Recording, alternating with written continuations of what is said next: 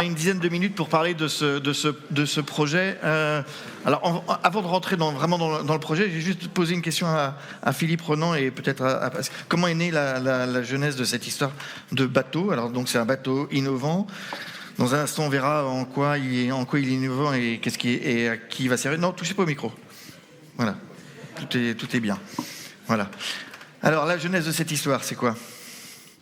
Un jour, j'ai rencontré Eric sur un malentendu, puisque il m'a demandé non pas un crédit, mais qu'on fasse une subvention pour déclencher en fait un programme d'autres subventions pour pouvoir avoir les fonds nécessaires pour avoir le devis d'un chantier pour construire un bateau décarboné qui sera partagé entre le comité départemental des pêches et le muséum d'histoire naturelle ainsi que le lycée maritime.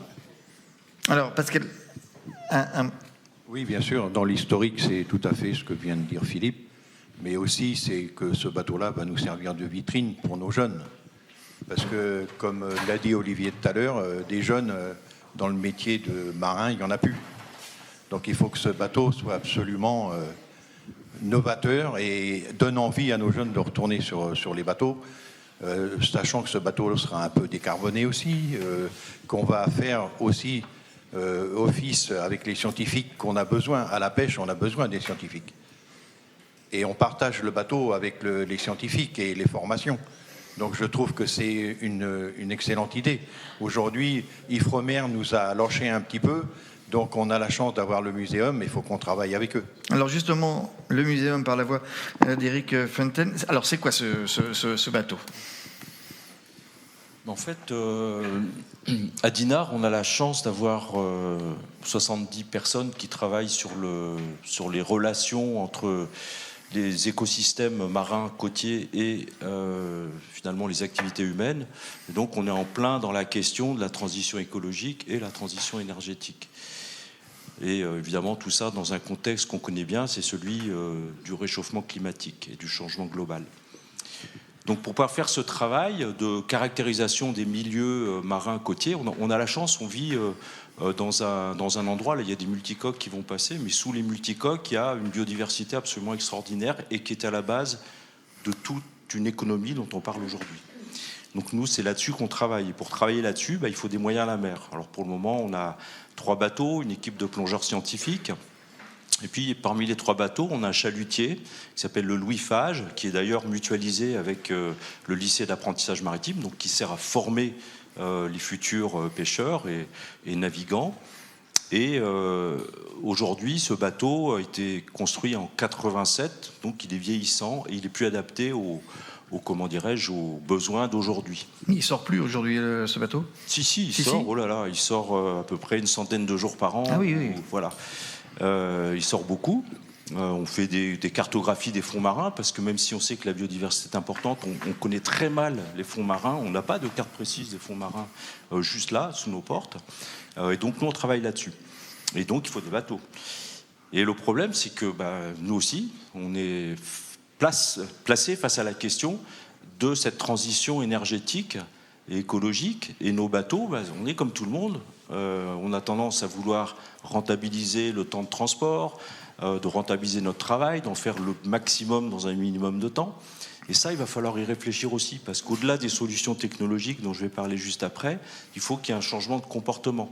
Il faut qu'on aille plus, qu'on réfléchisse à ce qu'est réellement, finalement, cette sobriété dont on parle. En quoi ça consiste. Donc ça aussi, c'est de la recherche. Alors, les solutions techniques, bien sûr, elles existent. Et nous, on a confié, grâce au FEAMP, FEAMP A, GALPA, on a pu confier cette étude à un cabinet d'architectes, ShipST, qui est basé à Lorient. Et franchement, le FEAMP, je fais une petite parenthèse, c'est vraiment formidable parce que c'est un dispositif qui permet à tous les acteurs de la mer de se rencontrer, de parler ensemble. Et si on n'avait pas eu ce dispositif, on n'aurait pas eu de plan. Et aujourd'hui, si on n'avait pas non plus le soutien, parce que les dispositifs sont compliqués, Si on n'avait pas eu le soutien de BGPO, on n'aurait pas pu non plus monter le projet financier. Donc ça, je tiens à le dire parce que ça rejoint la discussion précédente. Donc le cabinet d'architectes a travaillé. Pour moi, c'était juste faire un devis et après, je prenais mon bâton de pèlerin pour faire ce qui a été décrit précédemment, c'est-à-dire chercher les subventions.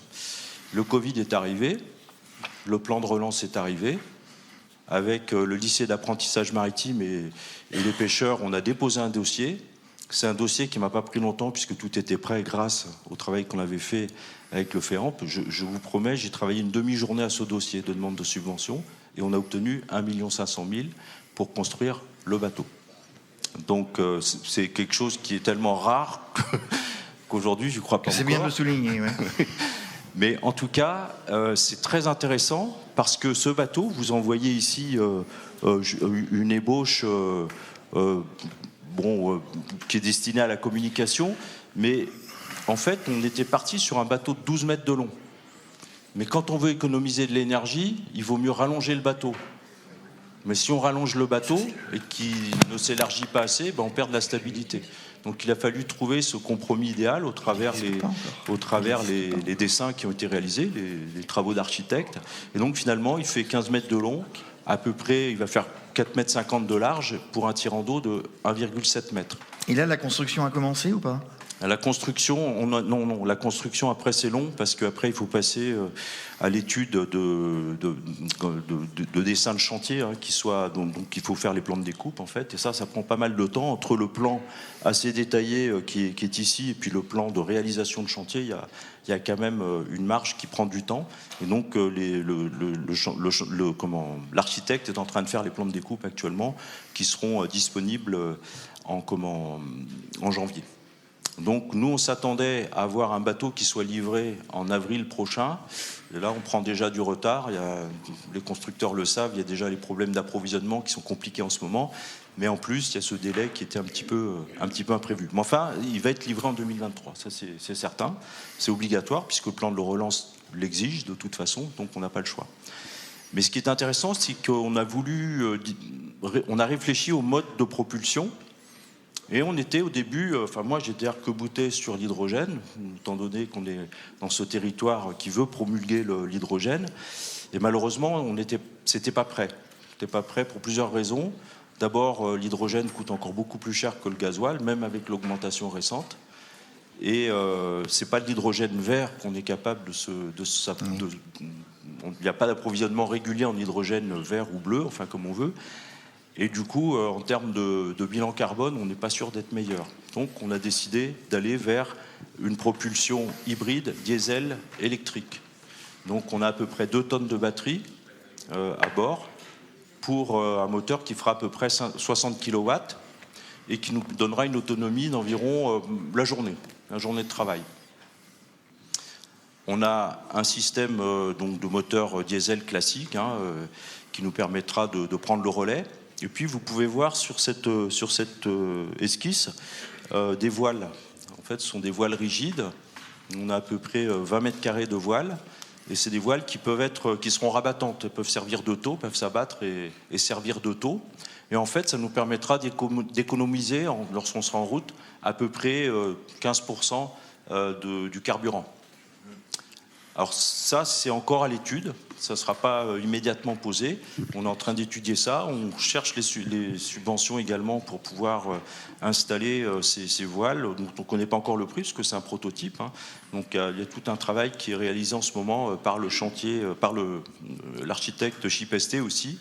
Et voilà, donc c'est quelque chose que je voulais dire, c'est qu'il va falloir aussi aller vers le vélic. Il y a des cargos qui commencent à le faire, mais est-ce qu'il ne faut pas réfléchir aussi à cette solution-là ?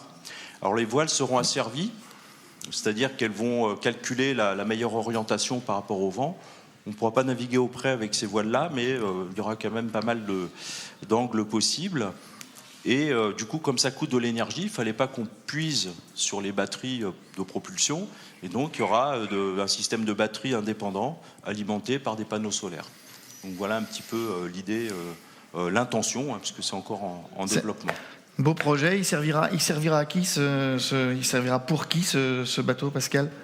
Philippe. Surtout au lycée maritime et au muséum. Et au muséum. Nous, on amènera nos pierres à l'édifice par rapport à des conforts à bord, parce qu'aujourd'hui, on trie encore à 4 pattes. Enfin, il y a tout un tas de choses qu'on pourra aménager sur le bateau pour le confort des salariés. Ce sera un bateau pédagogique. Bien sûr. Un outil de travail. Philippe, un mot de fin? Écoutez, moi je me souviens des premières réunions qu'on a eues ensemble, tous les trois, avec Sylvain. Et ça reste des grands souvenirs puisque ça s'est passé, je crois, 8-10 jours après le premier confinement. Et donc ça fait 2 ans qu'on se voit régulièrement pour le projet. Et je veux féliciter Eric et Pascal parce que franchement... Il peut accueillir combien de personnes ce bateau? Accompagner ce projet-là, c'est vraiment génial. Alors, on pourra avoir jusqu'à 12 élèves dessus, et c'est la taille du groupe qu'il faut pour pouvoir faire de la pédagogie.